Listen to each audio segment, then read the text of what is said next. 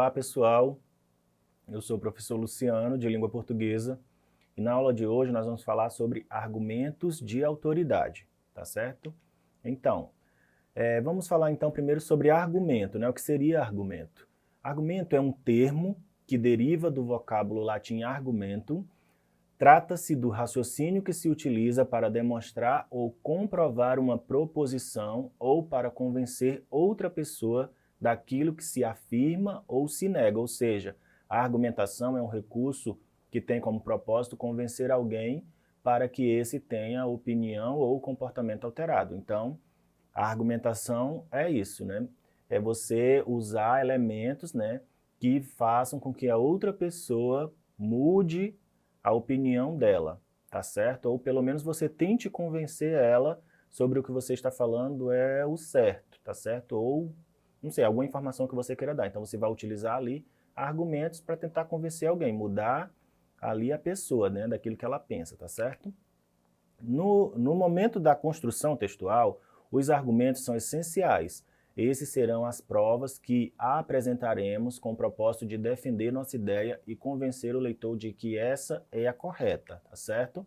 Então, ao produzir uma redação, por exemplo, mais do que saber redigir um texto, no que se refere aos aspectos estruturais, introdução, desenvolvimento e conclusão, vocês devem saber também o quê, né? Não só ali na hora de construir uma redação, eu não tenho que saber apenas essa estrutura da redação, introdução, desenvolvimento e conclusão, mas eu tenho que saber também o quê? Selecionar, né, as ideias que eu vou apresentar dentro dessa redação, organizar elas, tá certo? Interpretar aquelas ideias que eu selecionei, tá? E relacionar argumentos em defesa de seus pontos de vista acerca do tema proposto. Então, além de entender a estrutura de uma redação, eu preciso também entender esses outros conceitos que foram apresentados aí, tá certo? E por fim ali eu tenho que relacionar meus argumentos e defender aquele ponto de vista que eu estou levando ali para dentro da minha redação, tá? Então, aí dentro desse assunto, argumentos de autoridade. O que seria, né? É aquele no qual citamos um especialista ou autoridade em determinado assunto para justificar uma conclusão, tá certo?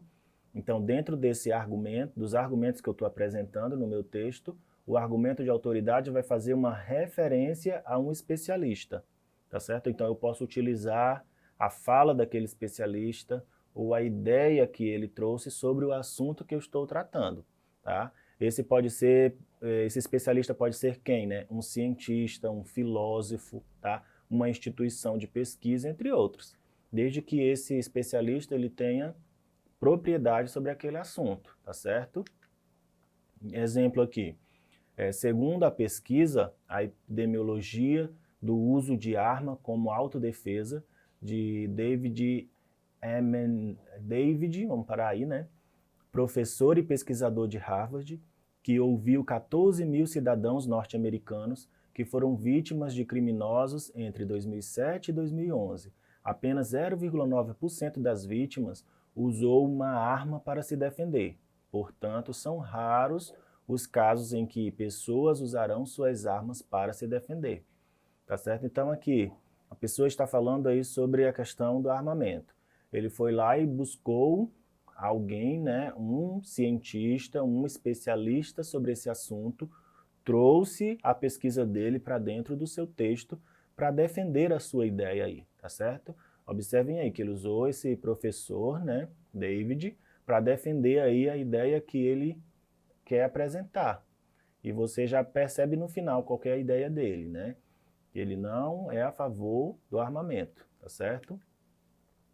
Esse é um argumento de autoridade. Por quê? Pois se justificou a conclusão citando uma autoridade no assunto, que é o professor David, ou o professor Davi, pesquisador de Harvard, tá certo? Portanto, argumentos de autoridades funcionam assim: citamos a opinião de um terceiro especialista no tema que estamos debatendo para justificar o quê? Uma opinião que desejamos defender, tá certo? Então, se você vai construir uma redação e você está falando sobre algum assunto como esse aí, por exemplo, você busca um especialista para defender a sua ideia, tá?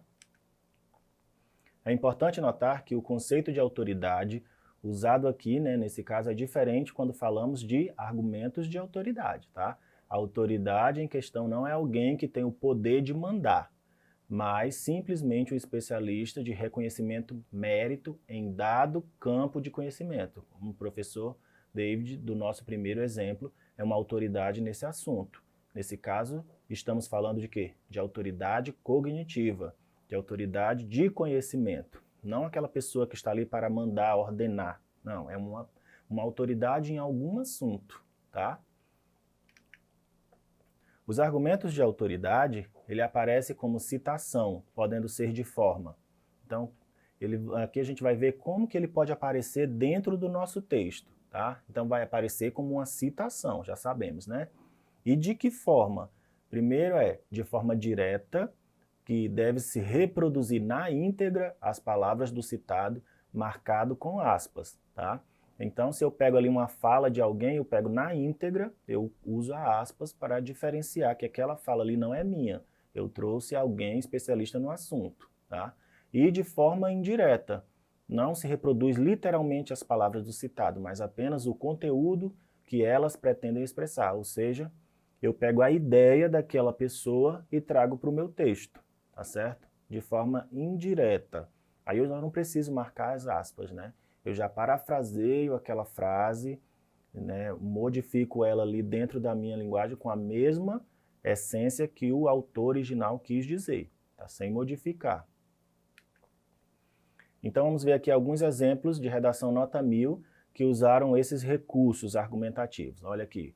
O Brasil não conseguiu se desprender das amarras da sociedade patriarcal.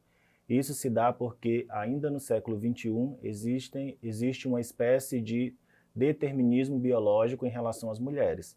Contrariando a célebre frase de Simone de Beauvoir, não se nasce mulher, torna-se mulher. Observem aí, esse recurso que ele utilizou, essa citação, né, esse argumento de autoridade, ele foi de quê? De forma direta ou de forma indireta? Vamos observar? De forma direta, porque ele pegou a frase da Simone de Beauvoir e colocou entre aspas ali, tal qual como ela disse, tá certo? Marcando com as aspas, né? Aqui, outro ponto relevante nessa temática é o conceito de modernidade líquida de Zygmunt Bauman, que explica a queda das atitudes éticas pela fluidez dos valores a fim de atender aos interesses pessoais, aumentando o individualismo. E aí essa ideia que ele trouxe, esse conceito de modernidade líquida de Zygmunt Bauman, é um discurso, um argumento de autoridade direta ou indireta?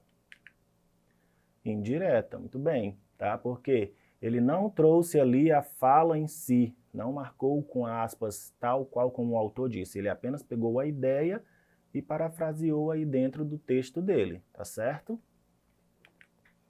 Porém, né, o mau uso de argumentos pode fazer com que você cometa uma falácia, ou seja, fique ali falando coisas que não são reais, né, que não são verdadeiras, tá? São argumentos que parecem ser válidos, mas não são. Então temos que tomar cuidado com isso, tá? É uma falha grave na argumentação que deve ser evitada. Assim, ao usar um argumento de autoridade, você tem que tomar o quê?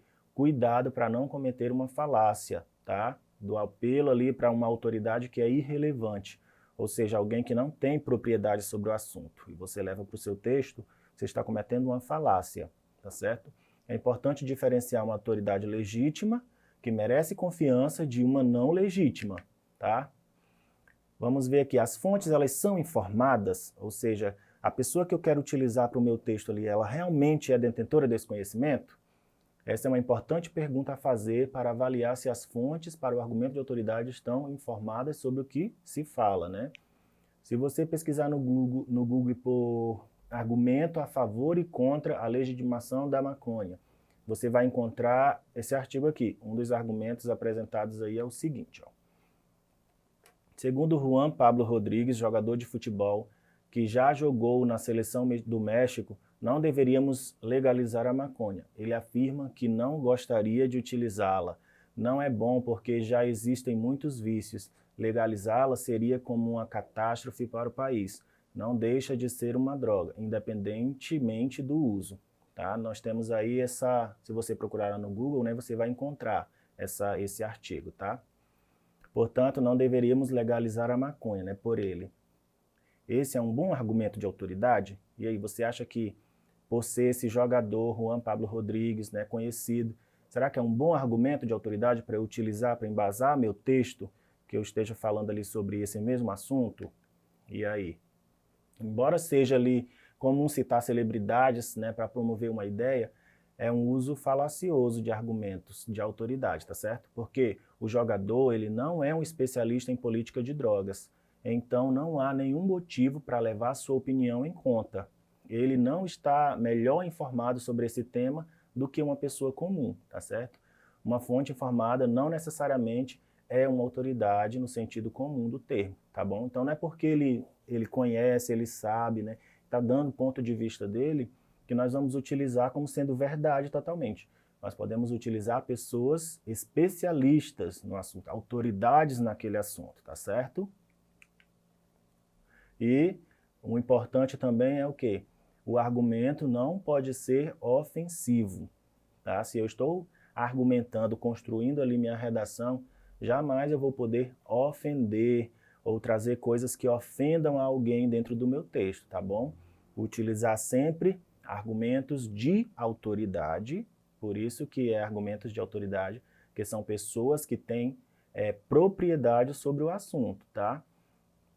Mas isso não me impede de utilizar, por exemplo, um filme, uma série, né, outros elementos aí que possam me embasar dentro da minha construção, não impede. Porém, eu tenho que me embasar, me referenciar em especialistas que detenham o conhecimento, tá bom? Vamos aqui para o nosso exercitando. Etanol de cana é o que menos polui. Tá? O etanol de cana-de-açúcar produzido pelo Brasil é o melhor que todos os outros. Tá? A conclusão é de um estudo divulgado pela Organização para a Cooperação e Desenvolvimento Econômico, a OCDE, que reúne 30 países entre os mais industrializados do mundo e da qual o Brasil não faz parte. A pesquisa mostra que o etanol brasileiro reduz em até 80% as emissões dos gases que provocam o efeito estufa. O percentual de redução na emissão de gases é muito mais baixo no biocombustíveis produzidos na Europa, nos Estados Unidos e no Canadá, afirmou Stefan Tegerman, diretor de agricultura da OCDE.